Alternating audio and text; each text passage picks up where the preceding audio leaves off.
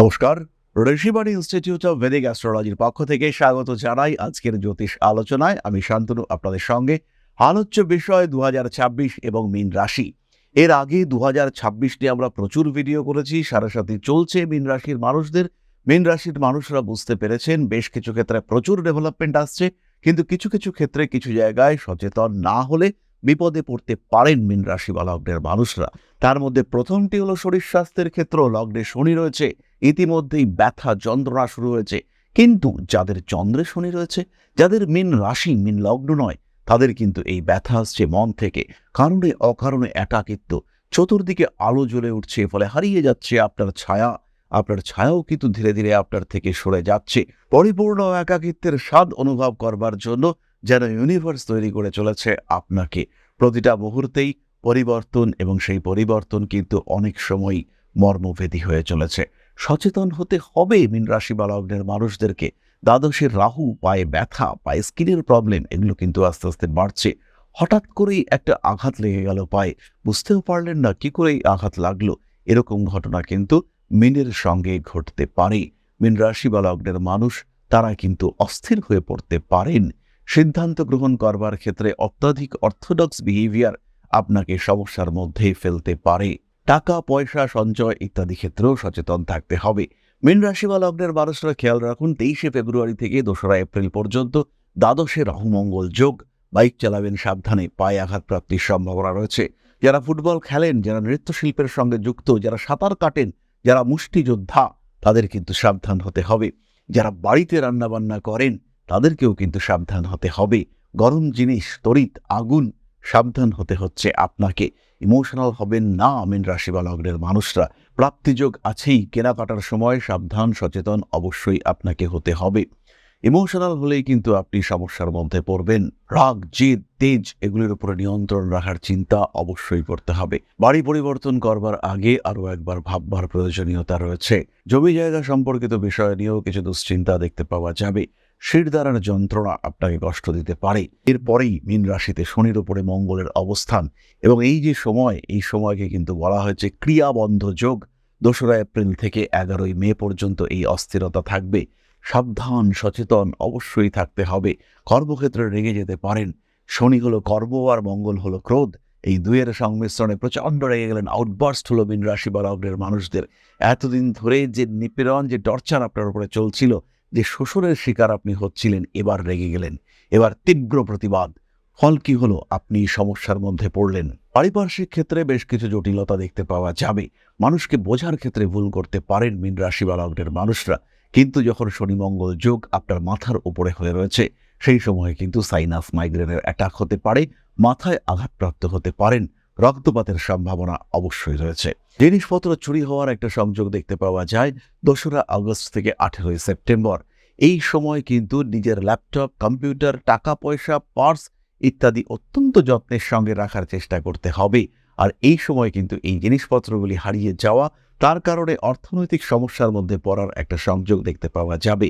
মান সম্মান, যশ, প্রভাব, প্রতিপত্তি ইত্যাদির ক্ষেত্রেও আপনাকে যথেষ্ট সচেতন থাকতে হবে।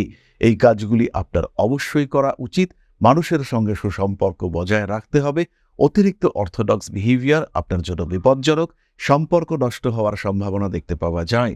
ভালো থাকার চেষ্টা এটা অবশ্যই আপনাকে করতে হবে। বছরের একদম শেষের দিকে রোগ বৃদ্ধির আরেকটি সম্ভাবনা দেখতে পাওয়া যাবে। এই সময়টি কিন্তু বেশ জটিল। এই সময় মঙ্গলকে আমরা দেখতে পাবো সিংহ রাশিতে। মঙ্গলের অষ্টম দৃষ্টি শনির উপরে, রাহুর দৃষ্টি শনির উপরে। এই সময় কিন্তু অবশ্যই একটি পরিস্থিতিগত জটিলতা সৃষ্টি হবে। রাগ জেদ বাড়বে, আঘাতপ্রাপ্তির সম্ভাবনা বাড়বে। ঠিক এই সময় কিন্তু অস্থিক্ষয়ের একটা সম্ভাবনা রয়েছে। তার সঙ্গে সঙ্গে এই সময় আইনি জটিলতার মধ্যে জড়িয়ে পড়তে পারেন মীন রাশি বা লগ্নের মানুষরা। খেয়াল রাখতে হবে, রাহু মঙ্গল কম্বিনেশন কিন্তু আইনি অস্থিরতা দেয়। ফলে মঙ্গলের দৃষ্টি রাহুর উপরে, মঙ্গলের দৃষ্টি শনির উপরে, মীন লগ্নের উপরে মঙ্গলের দৃষ্টি বা রাহুর দৃষ্টি মীন লগ্নের উপরে। ফলে এই সময় কিন্তু অস্থিরতা রয়েছে। মীনের জন্য এই টাইমটা ভীষণ ভাইটাল, এবং যে সমস্ত মানুষরা মীন রাশি বা লগ্নের মানুষদের সঙ্গে অ্যাটাচড, তাদেরকেও কিন্তু এই সময় খুব সচেতন হতে হবে। হতেই পারে আপনার এখন বৃহস্পতির দশা চলছে, ভালো থাকবেন আপনি, কোনো সমস্যা নেই। জন্মকুণ্ডলিতে বৃহস্পতি ত্রিকোণে রয়েছে, কোনো অসুবিধা নেই। আবার এটাও হতে পারে জন্মকুণ্ডলিতে বৃহস্পতি অষ্টমগত, সেই বৃহস্পতির নক্ষত্র অধিপতি দ্বাদশে রয়েছে এবং সেই বৃহস্পতির দশা চলছে। সমস্যায় পড়বেন আপনি, সেই সমস্যাকে ওভারকাম করা কিন্তু কঠিন হতে দেখতে পাওয়া যাবে। এরপরে আমরা চলে আসবো নাক্ষত্রিক আলোচনা প্রসঙ্গে, তবে তার আগে একটি ছোট্ট বিষয় নিয়ে কথা বলি। জ্যোতিষ যারা শিখতে চান, যারা জ্যোতিষকে ভালোবাসেন, স্পেশালি মীন রাশি মীন লগ্নের মানুষদের কথাই বলবো। এই মুহূর্তে শনি রয়েছে, আধ্যাত্মিক জ্ঞান তারা পছন্দ করেন, সেই সমস্ত মানুষ যারা একটু প্রেডিকশন করতে চান, জ্যোতিষকে যারা নেশা হিসেবেও গ্রহণ করতে চান, তারা সরাসরি যোগাযোগ করুন আমাদের সঙ্গে।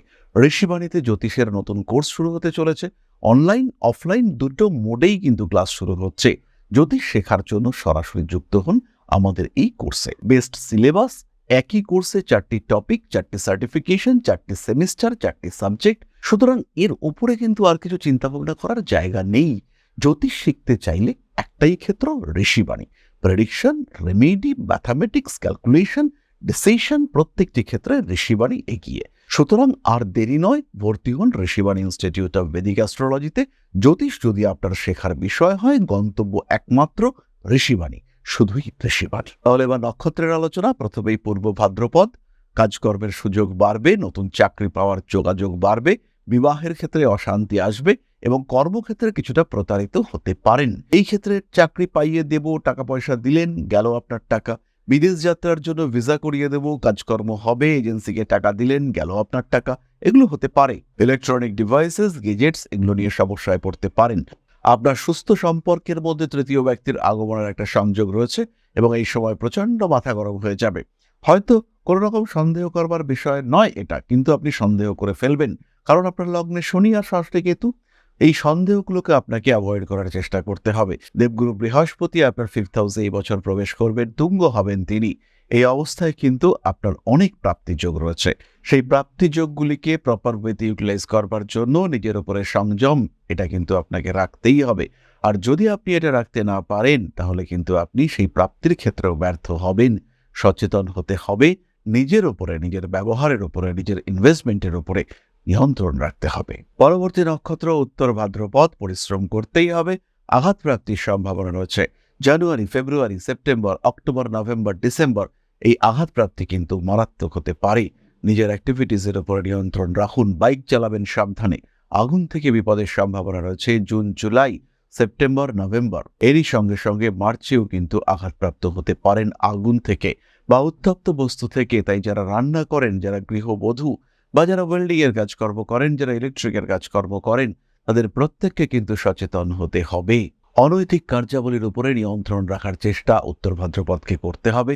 পরিবারের মধ্যে সমন্বয় সাধনের চেষ্টা, সবাইকে নিয়ে চলার চেষ্টা, একটু মেডিটেশন, এটাও উত্তর ভাদ্রপদকে করতে হবে। পরবর্তী নক্ষত্র রেবতী।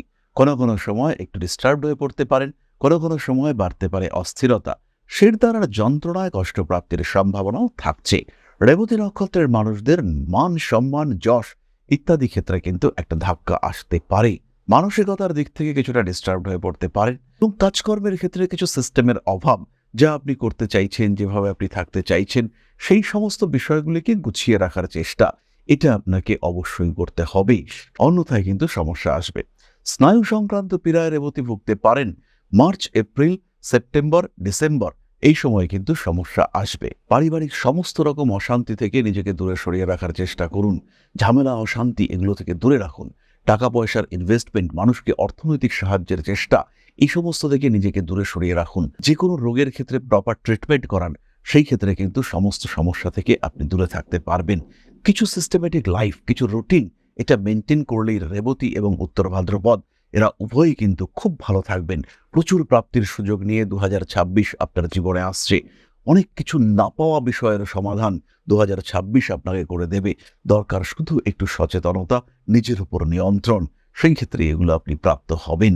লগ্নপতি, রাশির অধিপতি পঞ্চমে তুঙ্গ ক্ষেত্র প্রাপ্ত হচ্ছে। আর কি চাই জীবনকে ভালো করতে?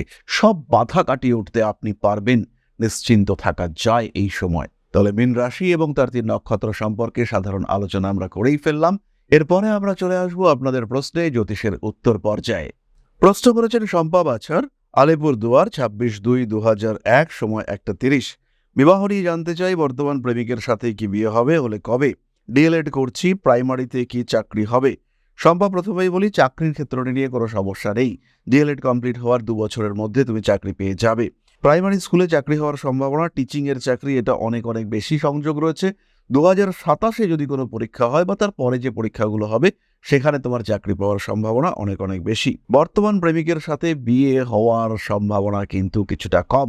পঞ্চম ভাবটি পীড়িত হয়ে রয়েছে, তার সঙ্গে সঙ্গে তোমার ইমোশন, মিজাজ, এগুলো কিন্তু কিছুটা সমস্যা সৃষ্টি করছে। বিবাহযোগ মোটামুটি 2028 সালের শেষ দিকে অথবা 2029-এর প্রথম দিকে। 2026 সালে কিছু পরিস্থিতিগত অস্থিরতা তোমাকে ফেস করতে হবে। পরিবারের কোনো ঘটনা, সেটাও কিন্তু তোমাকে সমস্যায় ফেলতে পারে। সিস্টেমেটিক মুভমেন্ট, পরিকল্পিত মুভমেন্ট, সেটা তোমার করা উচিত। সেই ক্ষেত্রে কিন্তু তুমি অনেক ভালো থাকবে এবং ভীষণ ভীষণ ভীষণ ভালো থাকবে। তাহলে আজকের আলোচনা আমরা আর দীর্ঘায়িত করব না। মা শ্রী শ্রী আদিশক্তি আপনাদের প্রত্যেকের মঙ্গল করুন। নিজের সম্পর্কে জানতে চলে আসুন সরাসরি আমাদের লাইভে প্রত্যেক মঙ্গলবার। আর প্রত্যেক দিনের রাশিফল পেতে যুক্ত হন আমাদের হোয়াটসঅ্যাপ চ্যানেলে।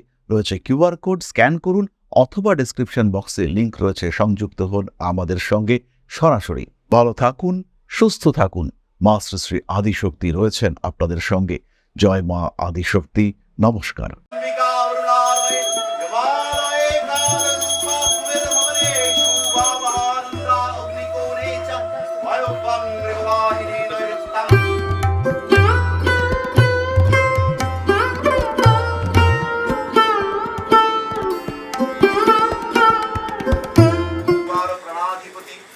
दक्षिणा कालिका परिषदाय स्वाहा।